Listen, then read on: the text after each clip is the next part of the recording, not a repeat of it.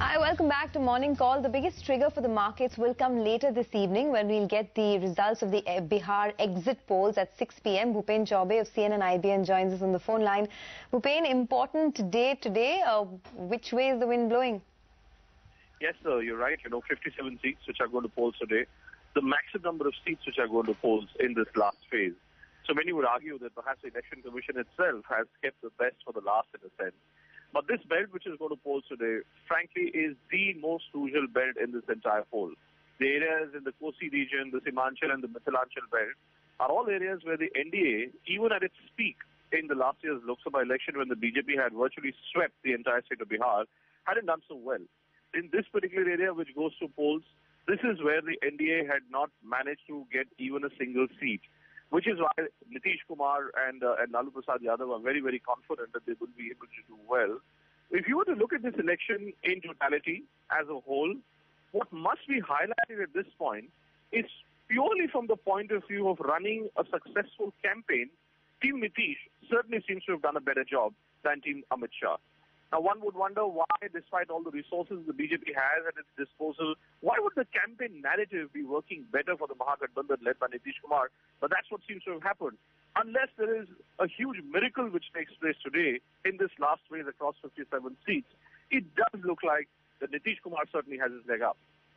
Okay, so, Bhupen, good morning. I know you're running to catch a flight, but the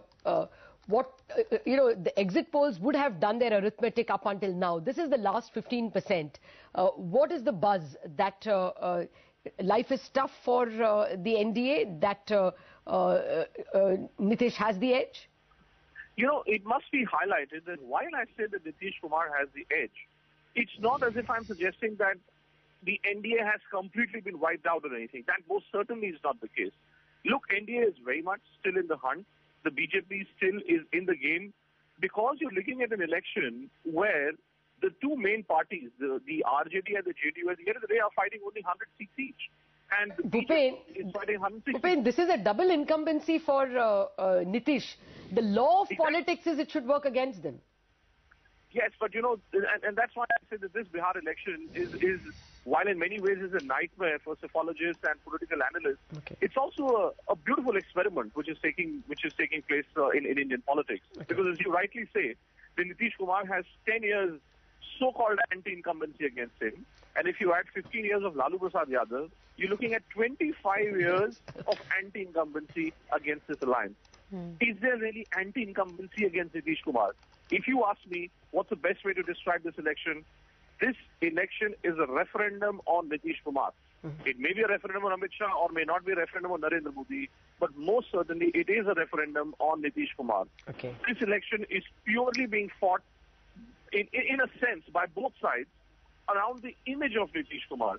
So the only agenda, the only issue with this election is, has Nitish Kumar beaten that anti-incumbency letter that you talk about? Okay. So put your money, how much on Nitish, how much on... it's okay, it's only 100 rupees. Market analyst. That's the job of market analysts like you, to put their money. I like to put my money in my pocket, but whatever there is to it. But I must point out, as I said, that purely from the point of view of running a good campaign, Nitish Kumar certainly seems to have done a better job than the BJP. Okay. Well, just one final question. As you were saying, today is one of the most important days of the election. You have 57 constituencies where voting will take place, and some of them in the regions where the Muslim population is very high, like the Simanchal region, etc. What's the sense you're getting just about what could take place today? Do you think it would be tough for the BJP? Yeah, Sonia, there are many wild cards as well that one must look at in this particular phase, which is going to polls today. There is a South University of the AIMIM. There is Pappu Yadav, who used to be with the Lalu Prasad Yadav, but has now founded his own political party. The BJP's calculation, and that's one reason, if you look at the state of political rallies which were done by Prime Minister Modi in the past, the BJP's calculation is that these wild cards will be able to make a dent in that Muslim Yadav stronghold which was created by Nitish Kumar and Lalu Prasad Yadav. Their calculation is that Pappu Yadav will be able to break through the hold that Lalu has had for the Yadav vote bank in this particular area, and South University will be able to have some kind of an impact in these minority-dominated areas that you talk about. You know, the areas around Kishanganj, Araria, Katihar, these are all areas which have huge chunks of Muslim population, and which is one of the main reasons why Nitish Kumar, the Congress Party, the NCP, the entire UPA club had done very well even in the Lok Sabha elections. But as I said, that this election is a tribute to the maturity of an average Bihari voter. I have been traveling extensively across this entire state in the last 1 month or so, and I can tell you that the people of Bihar most certainly are going to make an informed decision. And I will also say this, that it will be a clear-cut verdict in favor of either of these two alliances. I don't know what the exit poll numbers will say. Those exit poll numbers will be coming up at 5 o'clock today, and you can catch those numbers on CNN-IBN. But the truth is that this election, for sure, is going to be a very, very clear-cut, decisive verdict which will be given by the people of Bihar. But Bhupen, just one yes or no answer if you had to give us. Will the BJP's fate in Bihar, whatever it is, affect Modi's reform agenda?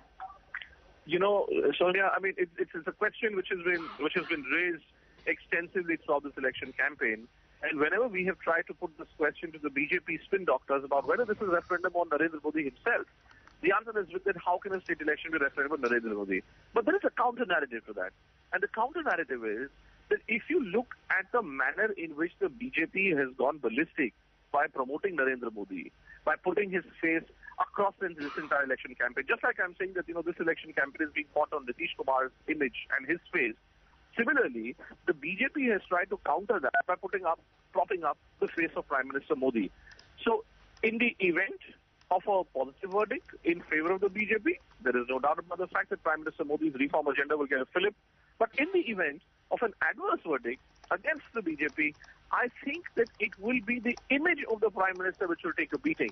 And if you take a look at the campaign points, particularly in this last phase, you know, ads being put up yesterday by the BJP in these areas of around beef consumption, Shah Rukh Khan's name being dragged in, the entire attempt being made to, in a sense, polarize the electorate, ultimately, it will have a bearing on Prime Minister Modi's own image. So irrespective of what the result is, I think the Prime Minister Modi's image certainly has been put on the chopping block by his own party here.